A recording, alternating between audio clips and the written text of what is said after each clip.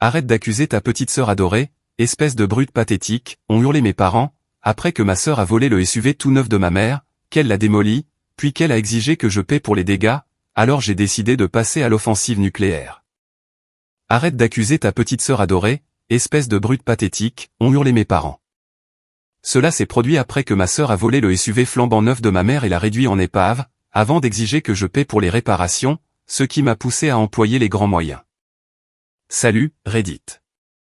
Alors, je me suis réveillé avec des clés disparues et une allée vide, car, dans cette maison, la paix n'a jamais été une option. À midi, ma famille voulait que je commette un crime fédéral, tout ça pour que ma sœur puisse rester la préférée. Moi, 32 ans, homme, je travaille dans le règlement des sinistres automobiles.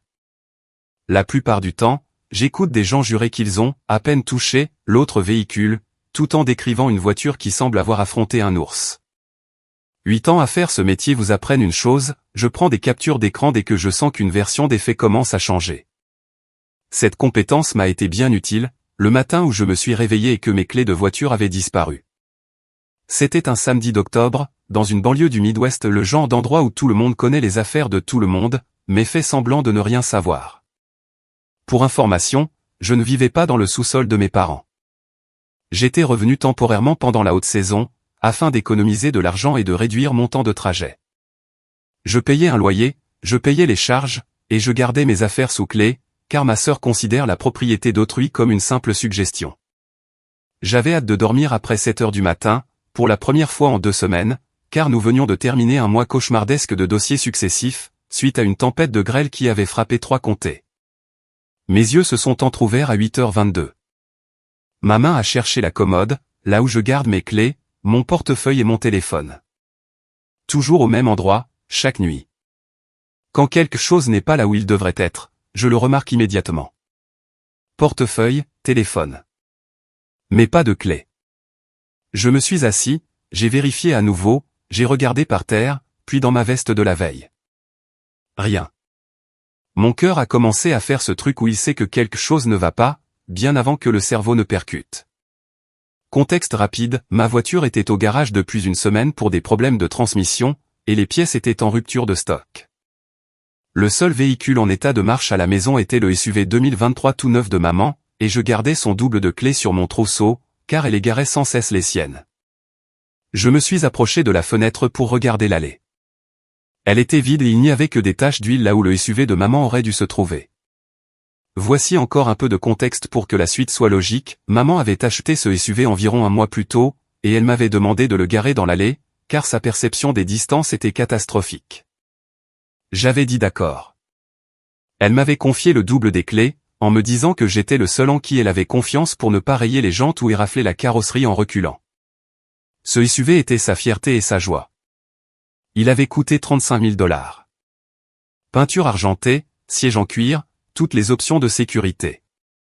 Il avait 7 odeurs de voiture neuve, et elle avait menacé de renier quiconque oserait manger à l'intérieur. Elle payait les traites depuis 4 semaines, et devait encore environ 29 000 $ sur son prêt. Elle le montrait à tout le monde, aux voisins, à ses collègues, et même à des inconnus à l'épicerie qui complimentaient la couleur. Elle avait passé 2 ans à économiser pour l'apport personnel. Je me tenais là, en caleçon et avec un t-shirt délavé d'une course de 5 km faite il y a 6 ans, fixant cet espace vide, et mon cerveau a assemblé les pièces du puzzle avant même que je ne le veuille. Kayla, ma sœur de 28 ans, vivait toujours à la maison. Elle passait d'un emploi à temps partiel à un autre comme s'il s'agissait d'un sport olympique, hôtesse dans 3 restaurants différents l'année dernière, vente pendant les fêtes, promeneuse de chiens pendant environ 6 semaines jusqu'à ce qu'elle s'ennuie. Elle avait l'habitude de prendre ce qui ne lui appartenait pas, en s'attendant à ce que tout le monde gère les conséquences à sa place. Kayla avait un passif pas du genre « Oups, j'ai emprunté ton sweat », mais plutôt du genre « a pris mon ordinateur portable et l'a rendu fissuré », puis a pleuré jusqu'à ce qu'on me reproche d'être méchant avec elle. Elle faisait disparaître mes écouteurs, et d'une manière ou d'une autre, ils réapparaissaient comme par magie après qu'elle a eu besoin d'argent. Et à chaque fois, mes parents agissaient comme si le vrai crime, c'était moi qui le commettais en le remarquant. Mais là, c'était différent. Ce n'était pas des écouteurs ou 80 $. Mon téléphone a vibré, c'était un numéro que je reconnaissais à moitié. J'ai ouvert le SMS, et j'ai senti mon estomac tomber dans mes talons. C'était une photo du SUV de maman, encastré dans un poteau de clôture en bois sur une route de campagne. L'avant était complètement détruit. Le capot était froissé comme si quelqu'un avait marché sur une canette d'aluminium. Les airbags s'étaient déclenchés, et il y avait du verre partout. L'horodatage indiquait 5h47 du matin. Nicole, une amie de Kayla que j'avais dû croiser 2 fois, avait envoyé la photo de l'accident. Elle avait dû récupérer mon numéro dans le téléphone de Kayla. Puis Bray a commencé à la contredire dans un autre fil de discussion. L'une disait que tout le monde s'en était sorti indemne. L'autre disait que le poignet de Kayla était sérieusement amoché. J'ai pris des captures d'écran des 2 conversations, car elles étaient déjà en train de réécrire le déroulement de la nuit, et aucune ne semblait réaliser que je pouvais voir les 2 versions évoluer en temps réel sur mon écran. J'ai reconstitué les faits, elles étaient allées à une fête d'anniversaire dans une maison au bord d'un lac, à environ 2 heures de route, un certain Tyler qui organisait ces énormes fêtes chaque année. Kayla avait passé la nuit à faire la fête, et avait insisté sur le fait qu'elle était capable de ramener tout le monde à l'aube, au lieu de dormir sur place. Elle s'est endormie au volant, a dévié de la route, et a traversé cette clôture pour finir dans un fossé de drainage. 8 ans dans les assurances m'ont appris que la première version de l'histoire n'est jamais la dernière. Alors, j'ai tout capturé. Pas parce que je voulais du drame, mais parce que je voulais la vérité, celle qui ne peut pas être modifiée, parce que je savais exactement ce qui allait se passer, et je voulais être prêt pour le spectacle. Maman est descendue vers 9h du matin. Je l'entendais s'agiter dans la cuisine en préparant le café, fredonnant une chanson de la radio. Papa était déjà dehors, occupé avec la tondeuse. C'était un samedi matin normal dans notre cauchemar de banlieue. Je suis entré dans la cuisine et je lui ai annoncé qu'une voiture avait disparu. Mes clés ne sont plus là, et Kayla a pris l'un des véhicules. Elle a scié. Ta voiture? Le véhicule, j'ai répété. Quelqu'un doit aller vérifier l'allée. Elle n'a pas bougé, elle a juste soupiré comme si je lui avais annoncé que le lait était périmé. D'accord, donc Kayla a emprunté ta voiture. Elle avait probablement un endroit où aller. Pourquoi est-ce que tu en fais tout un plat? Je lui ai montré les photos sur mon téléphone. Elle l'a arraché de mes mains et a fixé l'épave. Sa main s'est portée à sa bouche pour la couvrir. Une voiture était enroulée autour d'un poteau de clôture dans un fossé, quelque part. Elle a plissé les yeux devant l'écran. Qu'est-ce qui s'est passé? A-t-elle demandé dans un murmure à peine audible. J'ai expliqué. J'ai dit que Kayla avait pris tout mon trousseau sur ma commode pendant que je dormais, vers 23h la veille, qu'elle avait pris n'importe quelle voiture présente dans l'allée, conduit 2 heures jusqu'à une fête au bord d'un lac, et s'était écrasée en revenant parce qu'elle était épuisée. Désormais, la voiture était une perte totale. Papa est entré par la porte arrière, a vu la scène, et a demandé ce qui se passait. Maman lui a tendu le téléphone. Il a plissé les yeux sur la photo, puis m'a regardé avec cette crispation familière de la mâchoire, que j'avais vue 1000 fois dès que Kayla était impliquée. C'est ta voiture? Je n'ai pas répondu. Il a secoué la tête. Écoute, ce n'est pas génial, mais ce n'est qu'une voiture. Ta voiture. Tu as une assurance. Pourquoi est-ce que tu en fais une affaire d'État? Pourquoi tu fais ça? Maman a ajouté, tu contraries tout le monde pour ton véhicule. Tu cherches toujours des moyens de la faire passer pour la méchante. Papa a dit, j'espère que ce n'est pas une sorte de coup monté. Je lui ai dit d'appeler Nicole lui-même s'il ne me croyait pas, et je lui ai donné le numéro. Je n'ai pas argumenté. Je les ai juste laissés parler, car ils finissent toujours par se trahir quand ils pensent que vous allez céder. Puis vint le moment que j'attendais depuis toujours. Maman a secoué la tête lentement. Kayla ne volerait jamais rien. Tu as probablement laissé les clés quelque part où elle pouvait les trouver. Peut-être que tu lui as dit qu'elle pouvait emprunter ta voiture et que tu as oublié. Elle a marqué une pause. Je n'ai pas élevé la voix. Je n'ai pas plaidé ma cause. J'ai juste regardé maman prononcer ces mots comme si elle ne s'entendait pas parler.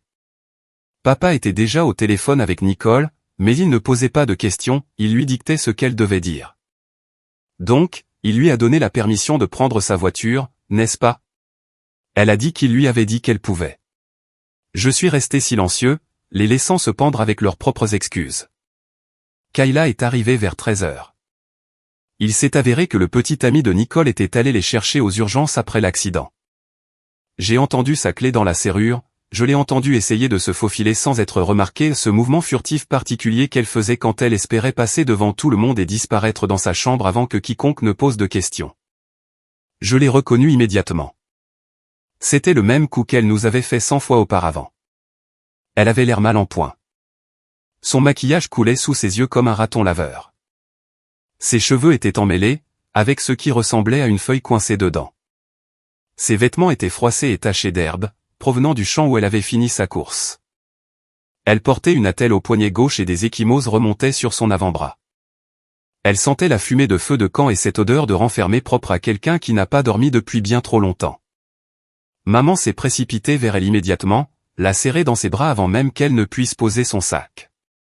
Elle lui demandait si elle allait bien, où elle était passée, et ce qui s'était produit ou tout le numéro de la mère inquiète.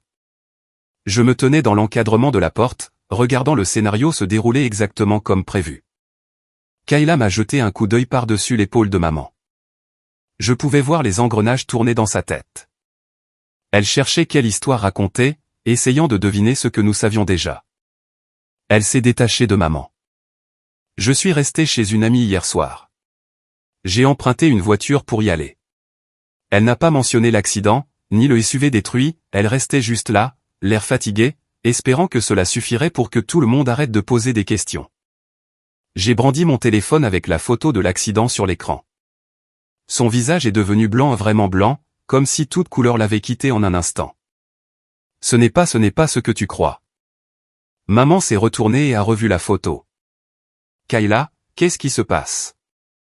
J'ai regardé ma sœur pivoter en temps réel, je l'ai vu traiter le fait que j'avais des preuves, et je l'ai vu chercher un angle qui ferait d'elle la victime dans tout ça. Il m'a donné la permission.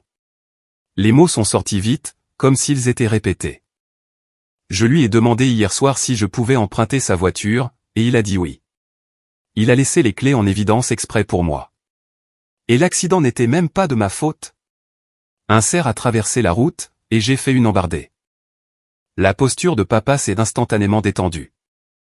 Tu vois? C'est sa voiture. Elle avait la permission. C'est entre vous deux. Maman a acquiescé, soulagée.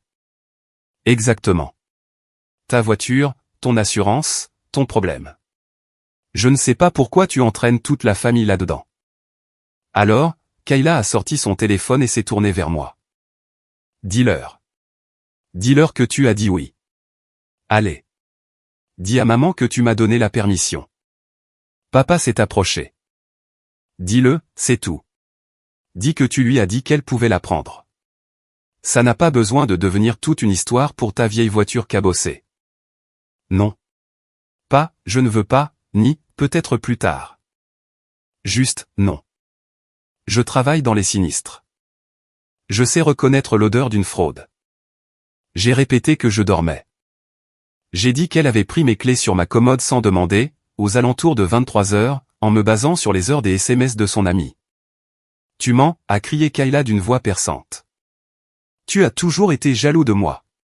Tu cherches toujours des moyens de me faire passer pour la méchante. Tu es cruel, injuste et vindicatif. Et voici la partie qui me laisse encore pantois, l'expression de maman s'est adoucie. Ce cerveau de maman a repris le dessus, toute logique a disparu par la fenêtre. Pourquoi en fais-tu un tel plat? C'est ta voiture. Tu as une assurance. Si tu aimais vraiment cette famille, tu arrêterais d'essayer d'attirer des ennuis à ta sœur pour ton propre véhicule. Papa a hoché la tête en signe d'accord. Exactement. Gère ça toi-même. Fais une déclaration de sinistre. Et passe à autre chose. Je suis resté silencieux et je les ai laissés terminer. Ensuite, j'ai demandé à maman si elle voulait appeler la compagnie d'assurance elle-même, ou si elle avait besoin d'aide pour trouver le numéro. Un silence de mort a envahi la pièce. J'entendais le tic-tac de l'horloge sur le mur de la cuisine. Papa a ri. Pourquoi appellerait-elle? C'est ta voiture. J'ai gardé une voix calme et posée. Ma voiture est au garage depuis une semaine. Problème de transmission. Pièce en rupture de stock. Le seul véhicule présent dans l'allée hier soir, c'était le SUV de maman. Le visage de maman s'est décomposé un instant. Non, elle a pris ta voiture. Elle a dit qu'elle avait pris tes clés. Sur mes clés, il y avait le double de maman. Le double que je gardais parce que maman n'arrête pas de perdre les siennes. Maman a secoué la tête vigoureusement. Non, ce n'est pas vrai, a dit qu'elle était argentée et neuve. Le SUV de maman est argenté et neuf. Elle refusait d'entendre.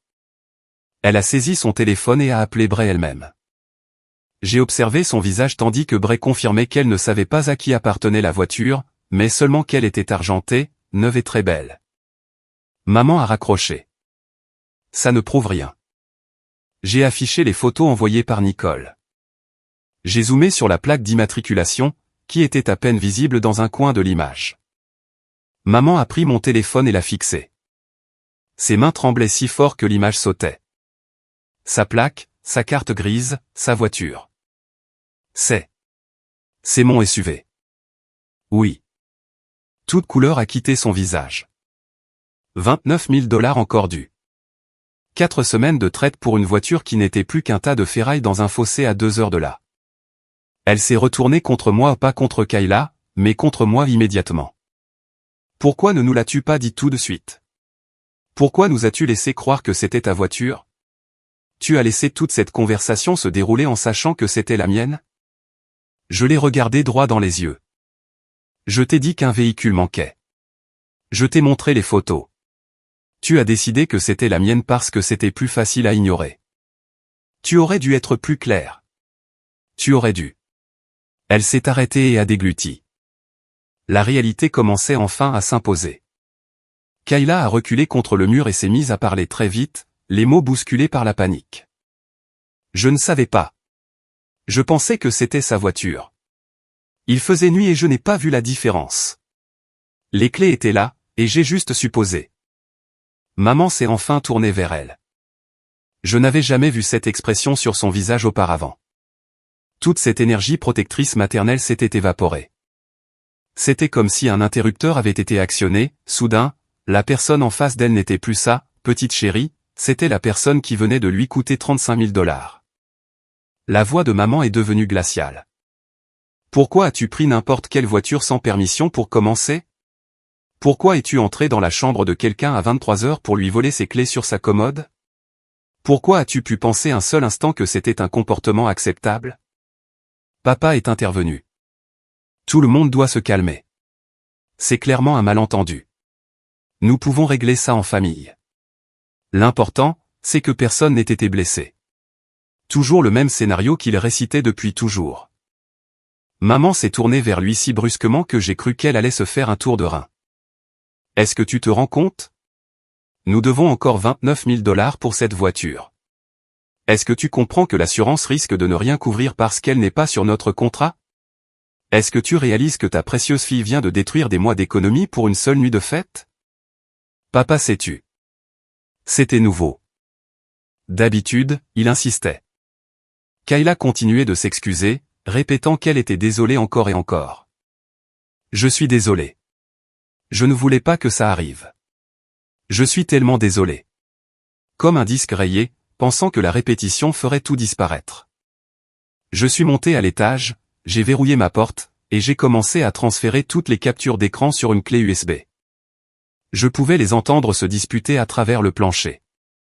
J'entendais la voix de Kayla devenir de plus en plus aiguë et désespérée. J'entendais celle de maman devenir plus tranchante et froide. J'entendais papa essayer de jouer les médiateurs et échouer lamentablement. Quelque chose s'était enfin brisé. Bref, l'assurance a fait ce que font les assurances. Maman est restée au téléphone avec eux pendant près de 6 heures au cours des 3 jours suivants. L'expert n'était pas impoli, il était juste parfaitement impassible au bout du fil. Il s'est avéré que, lorsque maman avait souscrit le contrat, elle avait signé une « exclusion de conducteur désigné » pour Kayla, afin de maintenir les primes à un niveau bas. Kayla avait 2 accidents responsables à son dossier depuis le début de sa vingtaine, et l'ajouter aurait fait grimper le tarif de 40%. Maman avait donc coché la case stipulant que Kayla ne conduirait jamais le véhicule, sous aucun prétexte, par écrit, avec signature et date à l'appui. J'ai observé le visage de maman quand l'expert lui a relu cette clause, ce moment où elle s'est souvenue de l'avoir signée, où elle a réalisé qu'elle avait exclu sa propre fille pour économiser de l'argent, et que cette décision revenait maintenant la hanter. L'expert avait vu ce scénario exact des dizaines de fois, un membre de la famille prend une voiture sans permission, la démolit, et tout le monde est choqué quand l'assurance leur dit d'aller voir ailleurs. Demande d'indemnisation refusée. Aucune couverture. Aucune exception. Aucun recours. Voici le bilan financier en un paragraphe brutal, l'apport de 6 000 $ envolé, 29 000 $ toujours dû pour un véhicule fantôme, les frais de remorquage et de stockage qui s'accumulaient quotidiennement, la banque menaçant d'une action en justice. Maman se retrouvait à conduire une vieille berline de 15 ans avec 225 000 km au compteur, qui tremblait dès qu'on dépassait les 90 km/h, tout en payant pour une voiture qui n'existait plus, tout ça parce que son enfant prodige ne pouvait pas appeler un Uber. La première véritable explosion a eu lieu 4 jours après l'accident. Je suis rentré du travail et j'ai trouvé mes 2 parents qui m'attendaient dans la cuisine. Maman était à la table avec des papiers étalés devant elle. Papa se tenait les bras croisés, son visage avait cette expression qu'il affichait toujours avant de proférer une menace. Ils s'étaient positionnés entre moi et le couloir, comme s'ils avaient planifié cette embuscade tout l'après-midi. « Nous devons parler de ta responsabilité dans cette situation », a dit papa, sans perdre de temps. J'ai posé mon sac lentement et j'ai demandé de quelle responsabilité il parlait. Maman a fait glisser une feuille de papier sur la table. C'était le détail des coûts, le solde du prêt, les frais de remorquage, les frais de stockage, l'apport personnel et tout était détaillé de son écriture soignée, avec un total entouré en bas de la page. « Tes clés, a-t-elle dit. Ta responsabilité. Si tu les avais gardées en sécurité, rien de tout cela ne serait arrivé. Kayla n'aurait pas pu prendre la voiture. Je l'ai fixée et j'ai demandé si elle était sérieuse. Papa s'est approché. Tu as laissé ces clés là où n'importe qui pouvait les trouver. Tu as été négligent, et maintenant ta mère fait face à la ruine financière à cause de ton insouciance. Je leur ai dit que mes clés étaient sur ma commode, dans ma chambre, à 23 h alors que je dormais. J'ai ajouté que le seul moyen pour quelqu'un de les prendre était d'entrer dans ma chambre pendant mon sommeil et de les soustraire physiquement. J'ai dit que ce n'était pas de la négligence, mais un vol. Arrête d'accuser ta petite sœur adorée, espèce de brute pathétique, a tonné mon père. Elle a fait une erreur. Toi, tu l'as rendue possible. La chose juste à faire est que tu aides à couvrir ses frais, puisque tu es tout aussi coupable. Maman a acquiescé. Nous en avons discuté. Nous pensons que tu devrais contribuer au moins pour moitié et 15 000 $ pour le prêt, plus les frais de stockage qui continuent de s'accumuler. C'est là que j'ai compris, ils ne défendaient plus seulement Kayla, ils essayaient de me faire payer pour ce qu'elle avait fait. Je leur ai demandé s'ils avaient vraiment réfléchi à la question. Je leur ai demandé s'ils se rendaient compte qu'ils me demandaient de payer pour un véhicule que je n'avais jamais conduit, que je n'avais pas accidenté, et pour lequel je n'avais jamais donné de permission. Tu dois penser à ton avenir dans cette famille. Papa s'est encore rapproché. On peut encore arranger ça si tu coopères. Appelle la compagnie d'assurance. Dis-leur que tu as donné la permission à Kayla de conduire la voiture de ta mère. Dis que c'était un malentendu et aide à combler le trou financier. Il me demandait de commettre une fraude à l'assurance et de payer 15 000 $ pour protéger Kayla. J'ai dit non. Je lui ai dit que ce qu'il décrivait était un crime fédéral. J'ai dit que je n'allais pas finir en prison ou en faillite pour que Kayla puisse éviter les conséquences de ses actes pour la 100e fois. Tu es égoïste. Tu te soucies plus d'avoir raison que de cette famille. Son visage était rouge maintenant. Peut-être que la raison pour laquelle elle a pris les clés, c'est parce que tu lui as fait sentir qu'elle ne pouvait pas te demander directement. Tu as créé un environnement où elle devait agir en cachette. Je lui ai dit que c'était la logique la plus dérangée que j'ai jamais entendue, et que j'en avais fini avec cette discussion. Si tu ne peux pas faire partie de la solution, peut-être devrais-tu songer à te trouver un autre endroit où vivre. Cette menace a flotté dans l'air pendant environ 3 secondes avant que je ne lui dise que j'y pensais déjà. J'ai ajouté que je commencerais à chercher dès ce week-end. J'ai dit qu'il serait agréable de vivre dans un endroit où mes affaires ne disparaissaient pas au milieu de la nuit, et où l'on ne me facturait pas les catastrophes des autres. Ensuite, je suis monté, j'ai verrouillé ma porte, et j'ai commencé à consulter les annonces d'appartements. Le lendemain matin, j'ai déposé une plainte à la police. J'avais prévu de simplement documenter les faits pour me protéger et laisser une trace écrite, mais ils avaient franchi une ligne. Ils ne m'avaient pas seulement demandé de mentir, ils avaient exigé que je commette une fraude et que je paie pour des dommages que je n'avais pas causés. S'ils étaient prêts à faire ça, j'avais besoin d'une protection plus solide que de simples captures d'écran. Je suis allé au commissariat, je me suis assis avec un officier, et j'ai fait une déclaration sur ce qui s'était passé, le vol de mon trousseau, l'utilisation non autorisée du véhicule, et l'accident. J'ai également précisé que mes parents faisaient pression sur moi pour faire de fausses déclarations à l'assurance et exigeaient que je les rembourse pour leurs pertes, tout cela documenté, enregistré avec horodatage et contact des témoins. L'officier m'a demandé si je souhaitais porter plainte. J'ai dit oui. Pas parce que je voulais qu'elle soit arrêtée, mais parce que ma famille m'avait fait comprendre que elle, amour, signifiait que je devais sacrifier ma carrière, ma liberté et mes économies pour protéger Kayla d'elle-même. Ce n'est pas de l'amour, c'est de l'extorsion avec une photo de famille accrochée au mur. 3 jours plus tard, un détective a appelé à la maison pour le suivi. Soudain, tout le monde s'est remis à se soucier de la famille. Kayla a perdu les pédales. Elle avait reçu un avis l'informant qu'elle faisait l'objet d'une enquête pour vol de véhicule et conduite imprudente. Pas encore arrêtée, mais l'engrenage était lancé. Elle m'a hurlé dessus dans le couloir, m'a traité de monstre, et a dit que j'essayais de gâcher sa vie pour une seule erreur. Je lui ai dit qu'une erreur, c'était se tromper de commande de café.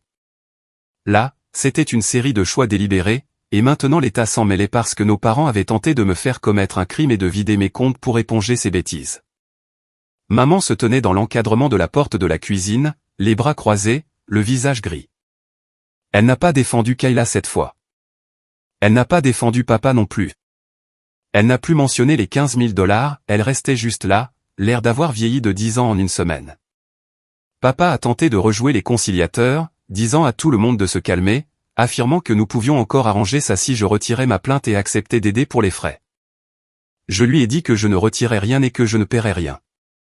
Je lui ai dit qu'il m'avait poussé dans mes retranchements en exigeant une fraude et en voulant que je subventionne les conséquences de Kayla, et qu'il n'avait plus qu'à regarder les retombées se produire. Ensuite, je suis retourné dans ma chambre et j'ai commencé à faire mes cartons. J'ai trouvé un appartement 2 semaines plus tard, un 2 pièces sans fioriture, mais c'était le mien. J'ai signé le bail un vendredi et j'ai passé le week-end à déménager mes affaires sous les yeux de mes parents, qui oscillaient entre colère et incrédulité. Kayla a essayé de me parler pendant que je chargeais des cartons dans ma voiture. Elle se tenait dans l'allée, me barrant le chemin comme si nous allions avoir une grande scène dramatique. « Tu fais vraiment ça ? Tu abandonnes ta famille pour une erreur ?» Sa voix s'est brisée. J'ai posé le carton que je portais et je l'ai regardé. Je l'ai vraiment regardé. Elle avait des cernes sous les yeux. Ses cheveux étaient gras. Elle ressemblait à quelqu'un qui commençait à réaliser que le filet de sécurité avait disparu. Je lui ai dit que ce n'était pas une erreur. J'ai dit qu'une erreur, c'était prendre le mauvais manteau au restaurant. Prendre les clés de quelqu'un à 23 heures pendant son sommeil, conduire sa voiture 2 heures pour aller à une fête, et l'écraser parce qu'on était trop fatigué pour garder les yeux ouverts, c'est une suite de choix l'un après l'autre. J'ai dit qu'elle avait fait ses choix et qu'elle devait maintenant en assumer les conséquences, et que je n'allais pas me sentir coupable de refuser de lui servir de bouclier. Tu es froid. Tu as toujours été comme ça. Tu te soucies plus des règles que des gens. Une vraie famille s'entraide dans les moments difficiles. Je lui ai répondu qu'une vraie famille ne se volait pas entre membres pour ensuite exiger que la victime paie les pots cassés. J'ai chargé le dernier carton, je suis monté dans ma voiture, et je suis parti. Je n'ai pas regardé en arrière. Mes parents n'ont pas appelé pendant 3 semaines. Quand maman m'a finalement contacté, c'était pour me dire que les choses empiraient. Elle m'a demandé si je pouvais aider. Plus pour l'argent, disait-elle, juste pour Kayla, juste pour retirer les charges. Elle a dit que Kayla sombrait, elle ne travaillait pas, ne sortait plus de sa chambre, et ne contribuait en rien au foyer tout en consommant des ressources qu'il ne pouvait plus se permettre. Je lui ai dit que c'était regrettable. Je n'ai pas proposé de solution, je n'ai pas proposé de réparer les choses. Elle s'est frustrée. Pourquoi es-tu si froid? Je suis ta mère et je souffre. Je lui ai dit que j'étais désolé qu'elle souffre. Je l'étais sincèrement. Mais je lui ai aussi dit que Kayla avait 28 ans et qu'ils l'avaient tous les deux assisté toute sa vie. J'ai dit que c'était le résultat naturel du fait de ne jamais l'avoir mise face à ses responsabilités. J'ai ajouté que je n'allais pas retourner dans la fosse avec eux maintenant que le feu devenait brûlant. Elle m'a raccroché au nez. 2 semaines plus tard, j'ai reçu un SMS de Nicole, l'amie qui m'avait envoyé les photos du crash. Elle voulait me prévenir que Kayla racontait à tout le monde une version différente des faits. Elle disait que je lui avais donné la permission de prendre la voiture, que j'avais porté plainte par pure méchanceté parce qu'elle avait, accidentellement, endommagé mon véhicule, et que la famille s'était retournée contre elle parce que je les avais manipulés. Elle se faisait passer pour la victime. J'ai remercié Nicole de m'avoir prévenu.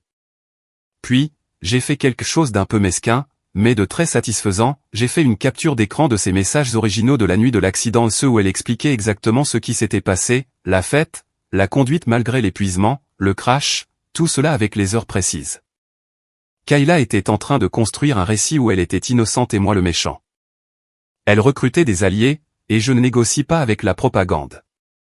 J'ai balancé ces preuves dans un groupe de discussion familiale privée, incluant la famille élargie qui avait entendu la version de Kayla.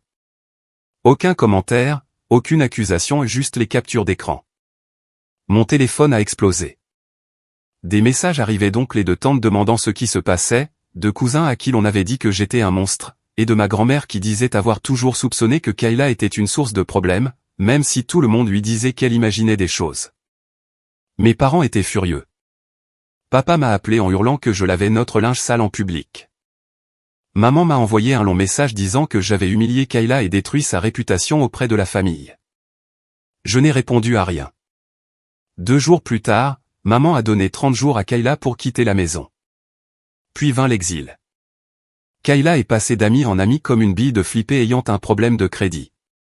Nicole l'a supporté 3 semaines avant de la surprendre en train d'essayer d'utiliser sa carte de crédit sur Internet. Une autre amie lui a accordé 5 jours. Un ex-petit ami l'a reprise environ une semaine avant de réaliser que rien n'avait changé.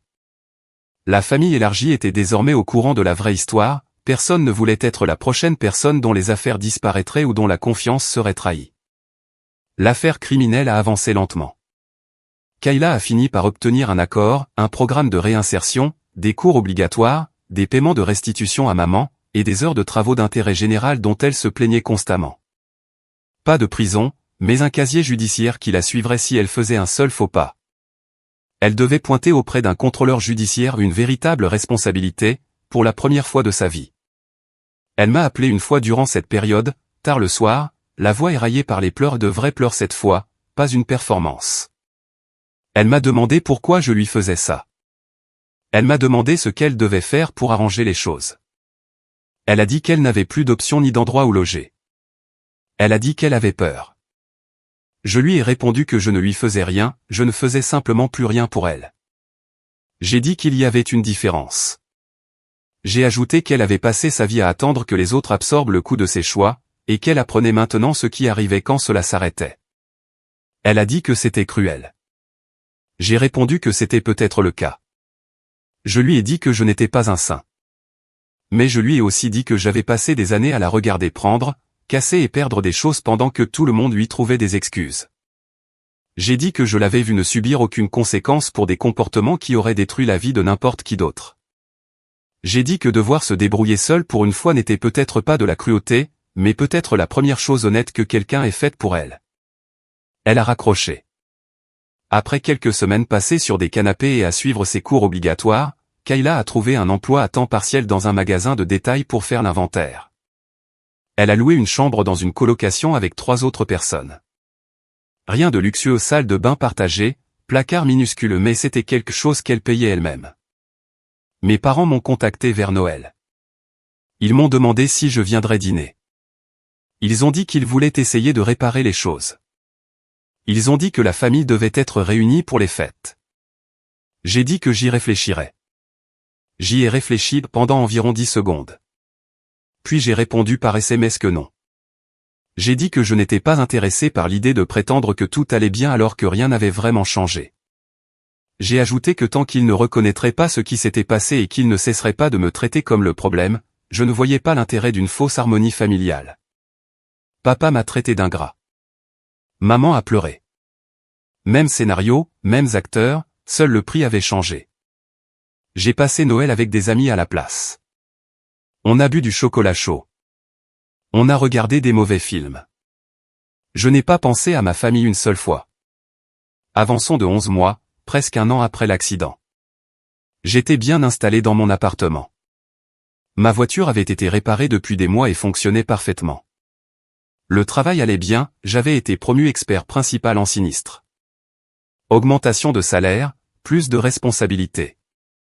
La vie était bien meilleure qu'à l'époque où je vivais sous le toit de mes parents, à attendre constamment la prochaine crise que Kayla créerait.